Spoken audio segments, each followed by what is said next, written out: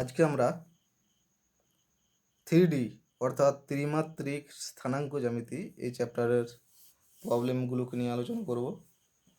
প্রথমেই দেখা হচ্ছে এমসিকিউ 1-এর কি বলেছে যে জেডএক্স সমতলের সমীকরণ হয়। ঠিক আছে, জেডএক্স সমতলের যে সমীকরণ সেটা তার সূত্রগুলো সব লেখানো আছে। ঠিক আছে, জেড এক্স সমতলের সমীকরণ হয় y = 0। ঠিক আছে, এর অপশন কত হবে দেখো, এর অপশন হচ্ছে বি। এরপর কি বলা আছে 2 নাম্বার এমসিকিউ কি বলেছে দেখো, x = 0 ও y = 0 দ্বারা যে সমীকরণ প্রকাশিত হয় তা হলো, এটাও সূত্র লিখিয়ে দেওয়া আছে দেখবে। ঠিক আছে, x = 0 ও y = 0 দ্বারা জেড অক্ষের সমীকরণ সূচিত হয়। ঠিক আছে, 3-এরটা কি বলেছে দেখো, yz সমতলের উপরিস্থিত যে কোনো বিন্দুর স্থানাঙ্কের আকার হয়। yz সমতলের ওপর থাকলে x স্থানাঙ্কটা 0 হবে, তাহলে এর আকার হয়ে যাবে 0yz। ঠিক আছে, 4 নাম্বারটা দেখো, y = b এবং z = c দ্বারা একটি সরলরেখার সমীকরণ সূচিত করে, যে সরলরেখার সমীকরণ সূচিত করে তা সমান্তরাল হয় x অক্ষের ওপর হবে। ঠিক আছে, এর সব সূত্র লিখিয়ে দেওয়া আছে, এগুলো জাস্ট সূত্র অনুযায়ী হচ্ছে। 5 নাম্বার, x = a দ্বারা একটি সমতলের সমীকরণ সূচিত হয় যা সমান্তরাল হয়। x = a হলে yz তলের সমান্তরাল হবে, অপশন সি। ঠিক আছে, কোনো অক্ষের উপরিস্থিত যে কোনো বিন্দুর স্থানাঙ্ক, কোন অক্ষের উপরিস্থিত যে কোনো বিন্দুর স্থানাঙ্কের আকার হয় 0a0। 0a0 x স্থানাঙ্ক আর z স্থানাঙ্ক 0 হয় কখন, যখন y অক্ষের ওপর থাকে, তাহলে এর অপশন হবে y অক্ষ, তার মানে অপশন বি। 7-এরটা, 3টে বিন্দু 5, 2, 4 আর 6, -1, 2 ও 8, -7, k সমরেখ হবে যখন k = -2। অপশন হচ্ছে ডি হবে। ঠিক আছে, এটা তোমরা বের করে দেখে নেবে। তাছাড়া এরকম প্রবলেম পরবর্তীতে আমি করিয়ে দেবো, তখন দেখে নেবে। ঠিক আছে, এরপর দেখো 8-এরটা, -1, 1, c ও 2, 1, 1 বিন্দু দুটির মধ্যে দূরত্ব 3 একক হলে c এর মান নির্ণয় করো। তাহলে দুটো বিন্দুর মধ্যে দূরত্বের ফর্মুলা বসাবে, সেটা = 3, সেখান থেকে c এর মান পেয়ে যাবে। 9-টা, xy সমতলের সমীকরণ হয়, xy সমতলের সমীকরণ হয় আমরা জানি z = 0, অপশন সি। ঠিক আছে, এবার 10-এরটা দেখো, 10-এরটা কি বলেছে যে x1, y1, z1 ও x2, y2, z2 বিন্দু দুটির সংযোজক রেখাংশের ওপর যে কোনো বিন্দুর স্থানাঙ্ক x1 + k x2 by 1 + k, y1 + k y2 by 1 + k, z1 + k z2 by 1 + k হবে k এর বাস্তব মানের জন্য হবে। ঠিক আছে, অপশন সি। এটাকে বাস্তব হতে হবে, যে কোনো বাস্তব মানের জন্য, অবাস্তব বাদ দিয়ে। 12টা কি বলে দেখো, কোনো বর্গক্ষেত্রে একটি কোণের প্রান্তবিন্দু দুটির স্থানাঙ্ক 4, 4, 7 ও 0, 6, 3 হলে বর্গক্ষেত্রের একটি বাহুর দৈর্ঘ্য কত? তাহলে বর্গক্ষেত্রের কর্ণের দৈর্ঘ্য দেওয়া আছে, কর্ণের দৈর্ঘ্য পেয়ে যাবে, দুটো স্থানাঙ্ক দেওয়া আছে কর্ণের প্রান্তবিন্দু। ঠিক আছে, তাহলে কর্ণের দৈর্ঘ্যটা পেয়ে যাবে। তাহলে শর্তানুসারে কর্ণের দৈর্ঘ্য কত হয়, = √2 × a। এ মানে কি, বর্গের ক্ষেত্রে বাহু, কর্ণের দৈর্ঘ্য হয় √2 × এ, তাহলে ওখান থেকে এর মান পেয়ে যাবে। ঠিক আছে, এবার 11টা দেখো।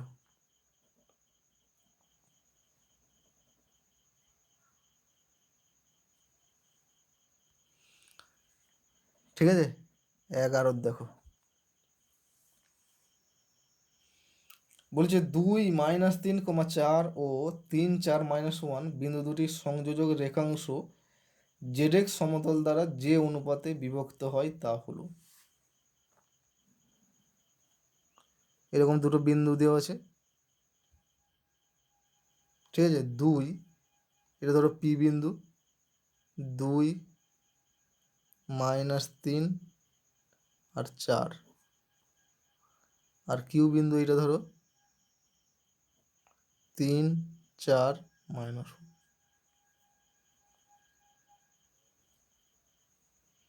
এই দুটো বিন্দু আছে, এদের সংযোজক রেখাংশটা জেড এক্স সমতল দ্বারা যে অনুপাতে বিভক্ত হয়, এটা ধরো জেড এক্স সমতল, এটা একটা সমতল, ঠিক আছে, কেমন ভাবে আছে, এরকম ভাবে আছে,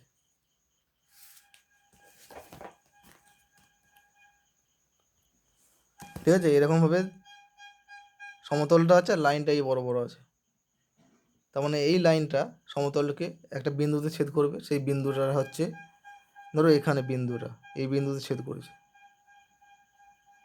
এই বিন্দুটা ধরো আর, তাহলে আর বিন্দুটা কত, এটা জেড এক্স সমতল যদি থাকে, যদি হয় জেড এক্স সমতল, তাহলে আর বিন্দুটা জেড এক্স সমতলের ওপর আছে কিন্তু,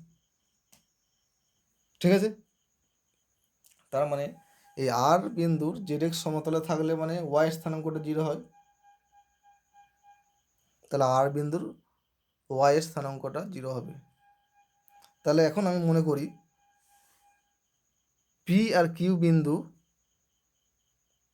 দেখো পি আর কিউ বিন্দু সংযোগ রেখাংশ আর বিন্দুতে মনে করি m:n অনুপাতে অন্তর্বিভক্ত হয়। m:n মানে দিস ইকুয়াল টু, লিখতে পারি কত, m/n, 1, n দ্বারা ভাগ করছি উভয়কে। এখন এই অংশটা m/nকে আমি মনে মনে হচ্ছে ল্যামডা, তাহলে m:n অনুপাতে ধরাও যা, আর λ:1 অনুপাতে ধরাও একই ব্যাপার, ঠিক আছে, যেখানে ল্যামডাটা রিয়েল নাম্বার, বাস্তব সংখ্যা। তাহলে আমরা যে কোনো বিন্দুদ্বয়ের, যে কোনো দুটো বিন্দু সংযোগকারী সরলরেখা আরেকটা বিন্দুতে m:n অনুপাতে অন্তর্বিভক্ত ধরতে পারি, অথবা λ:1 অনুপাতে অন্তর্বিভক্ত হয় এটাও ধরতে পারি, ঠিক আছে। তাহলে মনে করি এটা λ:1 অনুপাতে অন্তর্বিভক্ত হয়, তার মানে এদিকটা ল্যামডা, এদিকটা হচ্ছে 1, তাহলে আর বিন্দুর স্থানাঙ্ক কত হয়ে যাবে, দেখো আর বিন্দুর স্থানাঙ্ক হয়ে যাবে কত, m(x2), দিকটা এটা m, এটা যদি n ধরি, তাহলে এইটার সঙ্গে এর গুণ 3λ প্লাস 1 সঙ্গে 2 গুণ 1 × 2 বাই m+n মানে λ+1, ঠিক আছে। তারপরে ওয়াই স্থানাঙ্কটা হচ্ছে 4λ, λ×4 মানে হচ্ছে 4λ প্লাস 1 সঙ্গে -3 গুণ -3 বাই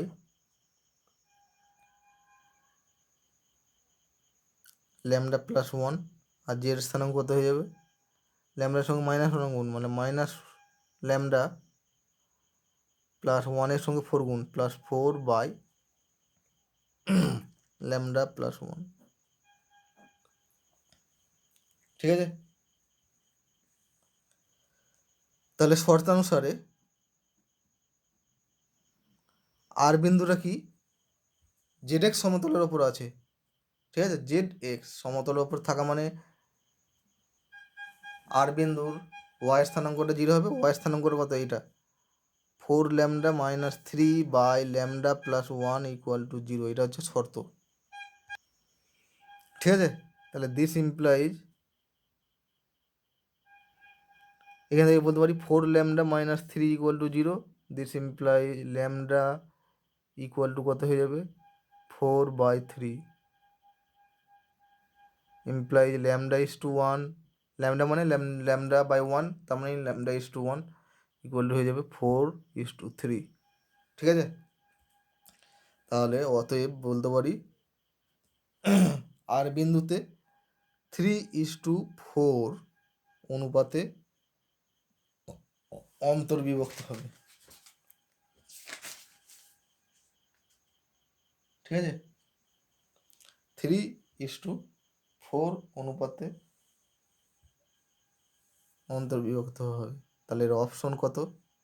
3:4 আছে, তাহলে অপশন হচ্ছে এ।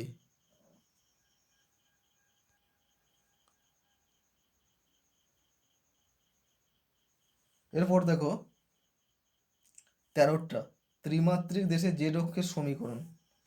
জেড অক্ষের সমীকরণ হয় x=0, y=0। অপশন হচ্ছে বি হবে।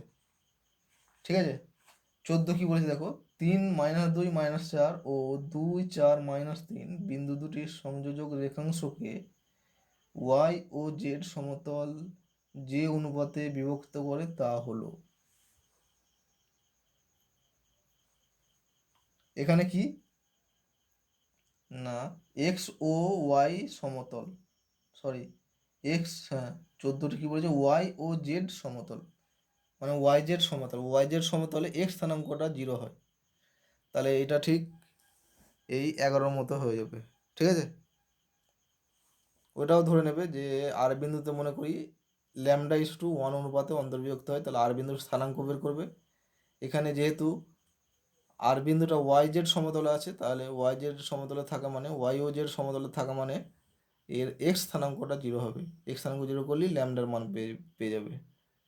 ঠিক আছে, 15টা কি বলেছে দেখো, একটি সরি এক্স ওয়াই 15টা বলেছে এক্স ওয়াই জেড ও minus Y minus Z minus X বিন্দু বিন্দু দুটির সংযোজক রেখাংশ এক্স ও ওয়াই সমতল যে অনুপাতে বিভক্ত হয় তা হলো। এটাও ঠিক একই রকম করে নেবে। ঠিক আছে, এটাও ধরে নেবে যে λ1 অনুপাতে অন্তর্বিভক্ত হয়, তাহলে আর বিন্দুর স্থানাঙ্ক বের করবে। এখন এক্স ও ওয়াই সমতল বলেছে, মানে এক্স ওয়াই সমতল, এক্স ওয়াই সমতলে জেড স্থানাঙ্কটা 0 করবে, তাহলেই ল্যামডার মান পেয়ে যাবে। ঠিক আছে, 16টা কি বলেছে দেখো, একটি ত্রিভুজের শীর্ষ বিন্দু 3টি স্থানাঙ্ক দিয়ে দিয়েছে, ত্রিভুজটির ভর কেন্দ্রের স্থানাঙ্ক পেয়ে যাবে। ঠিক আছে, জাস্ট ফর্মুলায় বসালি তার স্থানাঙ্কটা পেয়ে যাবে। ফর্মুলাটা কি, x1 + x2 + x3/3, y1 + y2 + y3/3, z1 + z2 + z3/3। 14 কি বলেছে দেখো, ওয়াই জেড সমতলের সমীকরণ আমরা জানি, ফর্মুলা অনুযায়ী x=0 হবে। এক্স ওয়াই সমতলের সমান্তরাল কোনো সমতলের সমীকরণ, এক্স ওয়াই সমতলের সমান্তরাল কোনো সমতলের সমীকরণ হয় z=কনস্ট্যান্ট, তার মানে এখানে হবে z=c হবে। ঠিক আছে, z=c। 18 ওয়াই জেড সমতলের সমতলের সমীকরণ হয়, সরি এক্স ওয়াই সমতলের সমান্তরাল কোনো সমতলের সমীকরণ হয় z=কনস্ট্যান্ট, মানে z= এখানে c হবে, তাহলে অপশন সি। ঠিক আছে, তো এখানে এমসিকিউ শেষ হলো। এরপর আসছি অতি সংক্ষিপ্ত।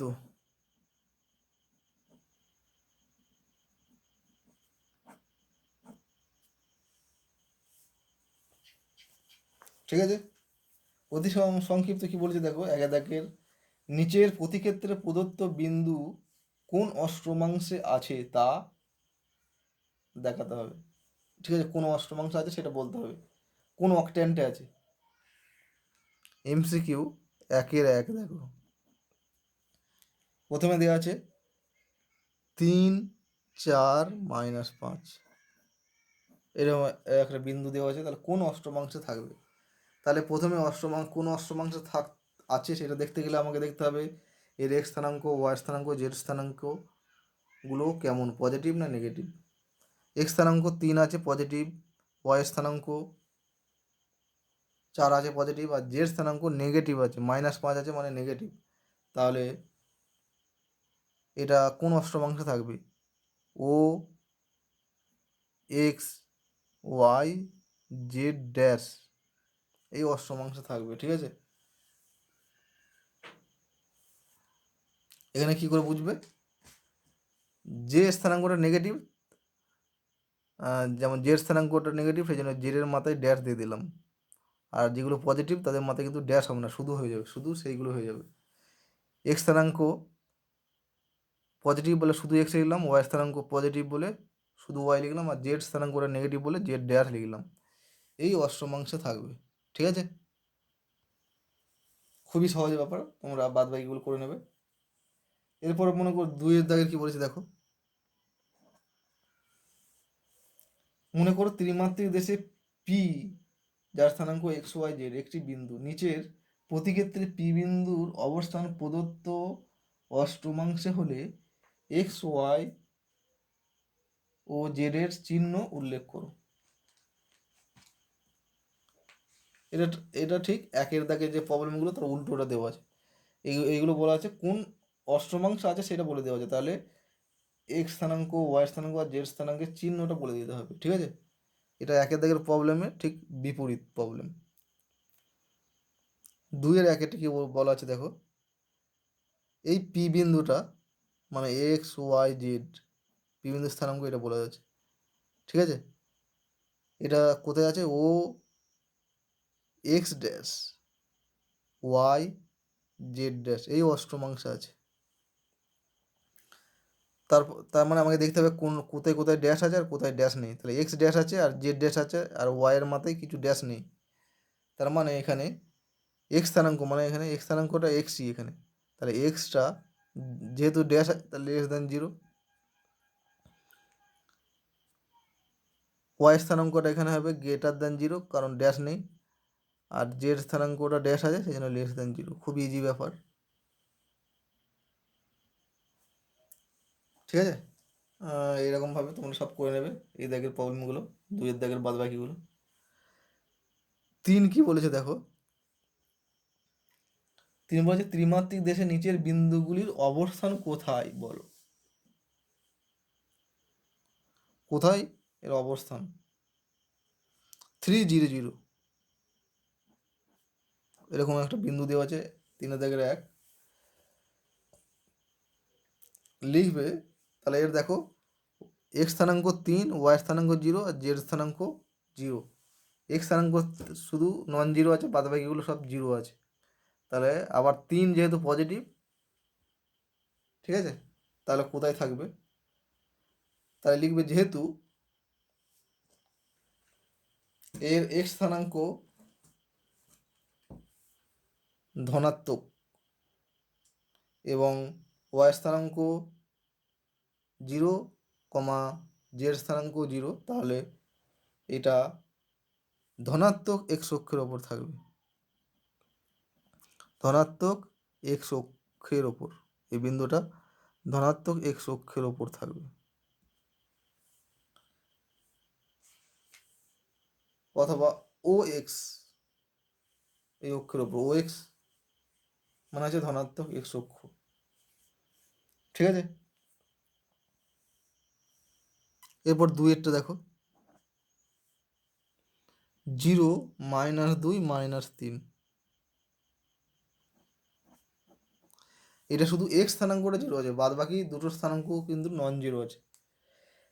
তাহলে একটা স্থানাঙ্ক, এটা তোমরা মনে রাখবে যখন দুটো স্থানাঙ্ক 0 হবে তখন কোনো একটা অক্ষের ওপর থাকবে, যখন একটা স্থানাঙ্ক 0 হবে, ঠিক আছে, তখন কোনো একটা প্লেনের ওপর থাকবে, আর যখন সবাই নন জিরো হবে তখন স্পেসে থাকবে, এটা মনে রাখতে হবে। ঠিক আছে, সেই অনুযায়ী হবে। তাহলে এখানে এক্স স্থানাঙ্কটা 0 আছে, তার মানে এখানে ওয়াই জেড সমতলের ওপর থাকবে এটা। এক্স স্থানাঙ্ক কখন 0 হয়? যখন বিন্দুটা ওয়াই জেড সমতলের ওপর থাকে। ওয়াই জেড সমতলের ওপর এই বিন্দুর অবস্থান, তার মানে ওয়াই ও জেড সমতলে আছে এই বিন্দুটা। ওয়াই জেড সমতল লিখতে পারো অথবা ওয়াই ও জেড সমতল লিখতে পারো। ঠিক আছে। বাদ বাকিগুলো তোমরা নিজেরাই করে নেবে। এরপর আসছি 4 দাগের। বলেছে -6 2 -3 বিন্দুটির মূল বিন্দু থেকে দূরত্ব নির্ণয় করো। মূল বিন্দু থেকে ওই একই দূরত্বে সেই সব বিন্দুর স্থানাঙ্ক উল্লেখ করো যাদের এক্স ওয়াই ও জেড স্থানাঙ্কের সাংখ্যমান বিন্দুটির এক্স ওয়াই ও জেড স্থানাঙ্কের সাংখ্যমানের সমান হয়। প্রথমত -6 2 -3 এই বিন্দুটা দেওয়া আছে। এত বিন্দুটির মূল বিন্দু থেকে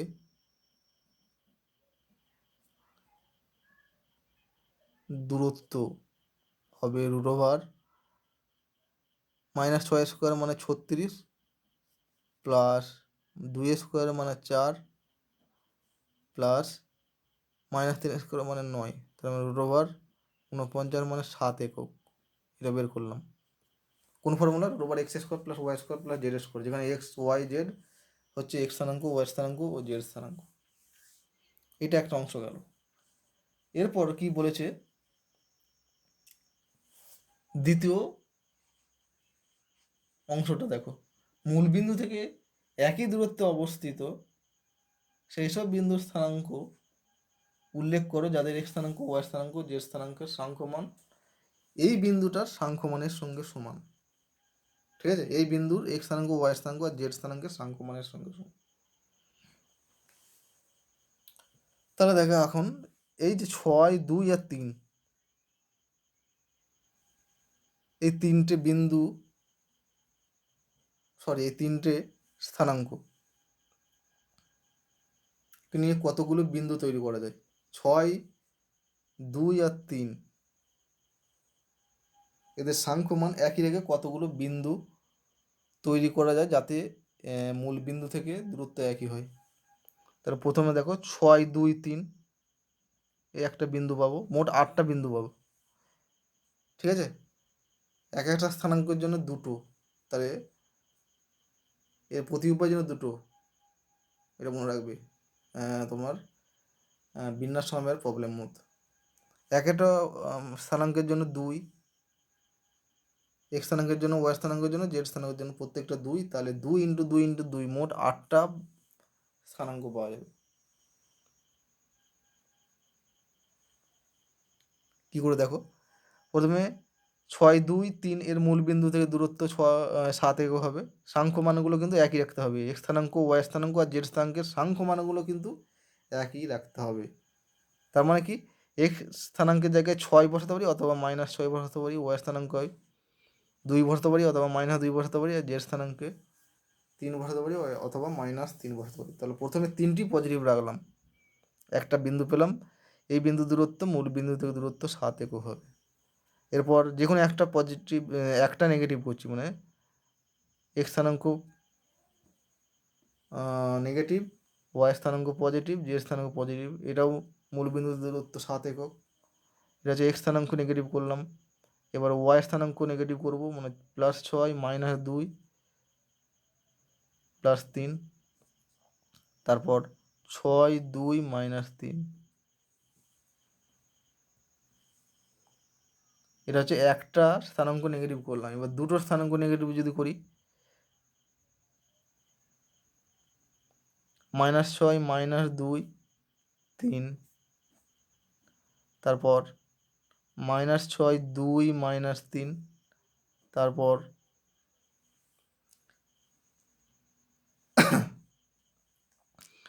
6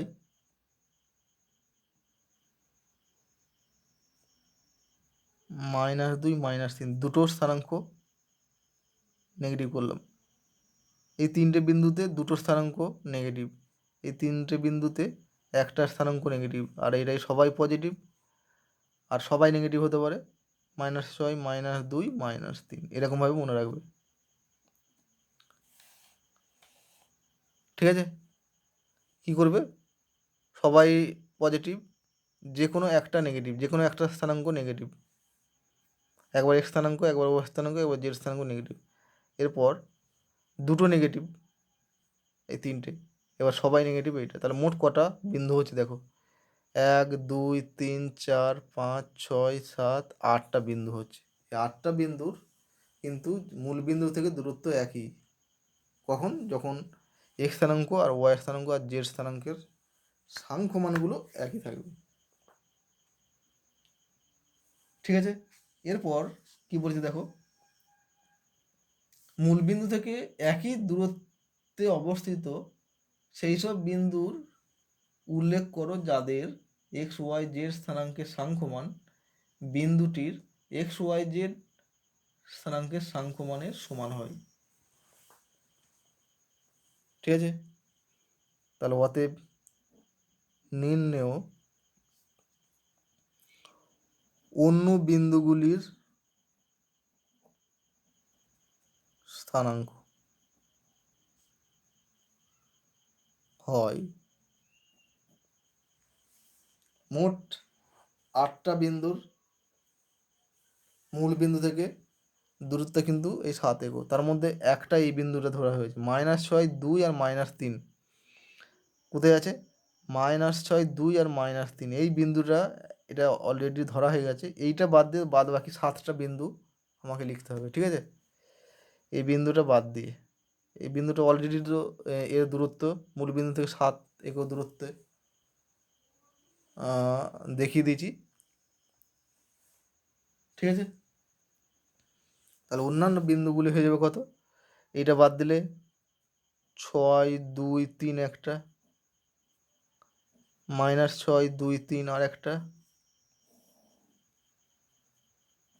তারপর 6 -2 3, তারপর 6 2 -3, তারপর -6 -2 3। ঠিক আছে, -6 2 -3,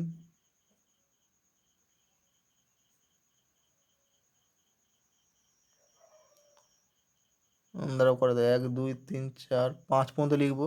1 2 3 4 5, এই 6 নম্বরটা বাদ দিতে হবে, মানে এটা অলরেডি হয়ে গেছে। এইটা বাদ দিয়ে এই বিন্দুটা বইতে দেওয়া আছে। ঠিক আছে, এই যে 6 2 -3 এইটা অলরেডি আগে লেখা হয়ে গেছে। তো এটা বাদ দিলে, এটা বাদ দিয়ে দিলাম, এইটা থাকবে 6 -2 -3, আর শেষেরটা সবাই নেগেটিভ, -6 -2 -3।